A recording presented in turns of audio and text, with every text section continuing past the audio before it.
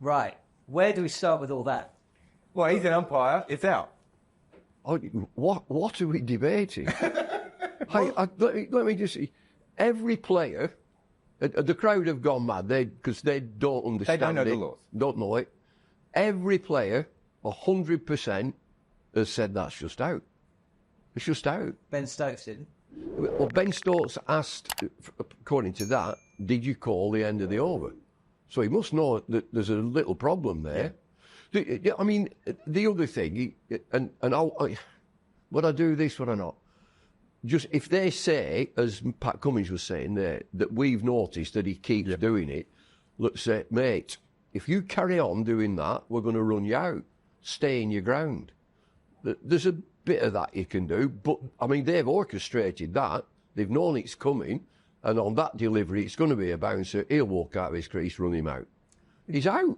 He'd been doing it for years. Yes, he had. Right? For years. I remember I was commentating for SEN, the Australian New Zealand station. I'm aware of them. Yeah. Friend of the show. Friend of the show. And I would be commentating going, what is he doing? He's walking when the ball is live over and over again. That was against New Zealand and India when I think I was commentating those series. And I was thinking to myself, am I going crazy? And also true. He's leaving the crease over and over again. I'm surprised that it took a cricketer this long. I get Bumble's case of, maybe you could have warned him, and that's the man-cad situation as well, is you warn a player first. Only once. Look, mate, look, if you do that again within the laws of the game, you're out. Whereas I come from it from a different point of view. If you don't want to be run out or stumped, don't leave your crease. I'm with you. I'm just giving an alternative. Yes, I'm with you. Stay in your crease. There's absolutely no problem. But why does he do it? It's not being confrontational. No. Why does he do it? It's just in his mind.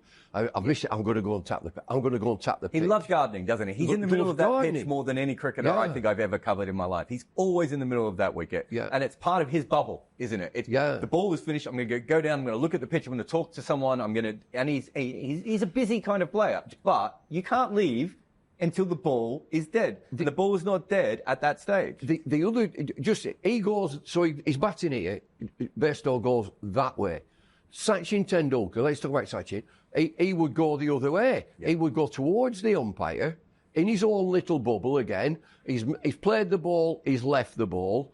He would go towards that. And many players do the same. Square leg. Go to square leg, have a breather, think about whatever, and walk back in. Jonny goes that way. Somebody should have said to him, Jonny, they're going to do you. Somebody will do you. Yep. That might be an analyst or a coach. If you want to do something as a relax, breather, go the other way. Go to the umpire and come back here. Where do you stand on man-cadding? No, stay in your ground. Stay in your ground. It's simple. They paint the line on the ground. Yeah. It's not an accident that it's there. There is a difference. Stand behind it. There is a difference between man-cadding in this situation. No. There is not. Well, I would suggest that the non-striking batter is seeking to take an advantage to lessen the amount he has to run. I don't care if there's an advantage or not. But Jonny Bairstow is not seeking to get an advantage. It doesn't matter if you're trying to get an advantage. So I would say that there is a difference between the two. No, the ones that walk, they wander out of the crease. They don't look as if they're stealing a run. Yeah. They're just wandering out. And they're 2 yards down and the ball is here. Or they think they're in, but their back's up in the air. But it's just to me, the advantage doesn't matter. They're just being dopey. Yeah. If it doesn't matter, that's fine, but there is a difference. There isn't. Was Ben Stokes wrong? Did Ben Stokes let himself down a little bit? Did Ben Stokes allow the occasion and the disappointment and the frustration he said to me of him when after the match, after the day's play, he suggested or said that's not something that England would do? He said what? He said that is not something that England would seek to do.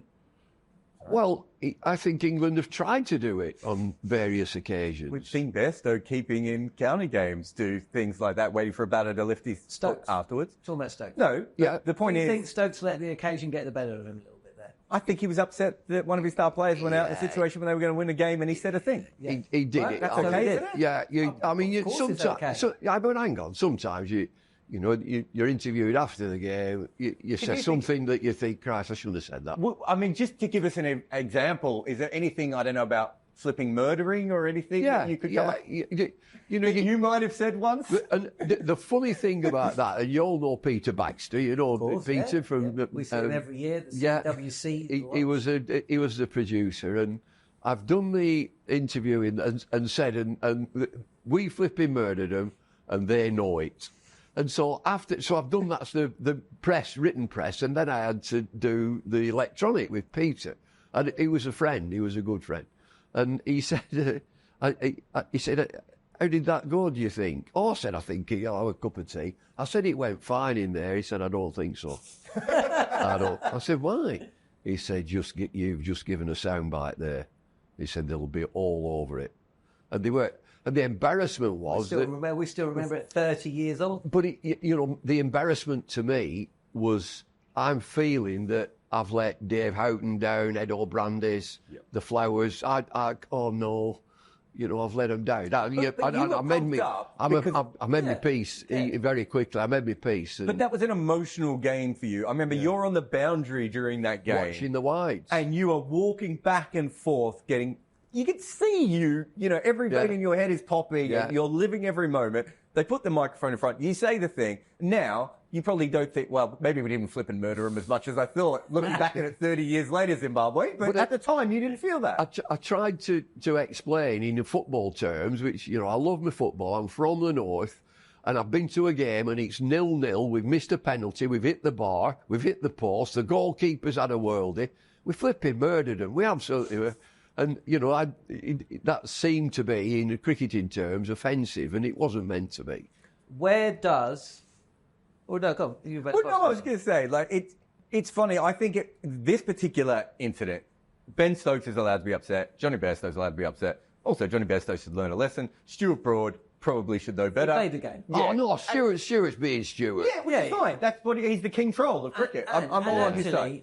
He actually elevated that. It became more interesting. Yeah. Right? And afterwards, he was sat on that chair. He said afterwards, he was like, oh, what was I doing? Yeah. So he had the flipping bird. You do. I mean, you just... But that's the players, right? And it was an emotional game. It was an emotional series, right? There was a lot going on between, those two teams. That was a test match where people only bowled bouncers for 5 days. We've never seen a test match like it before. Really boring. Yeah, it was boring, but also weird.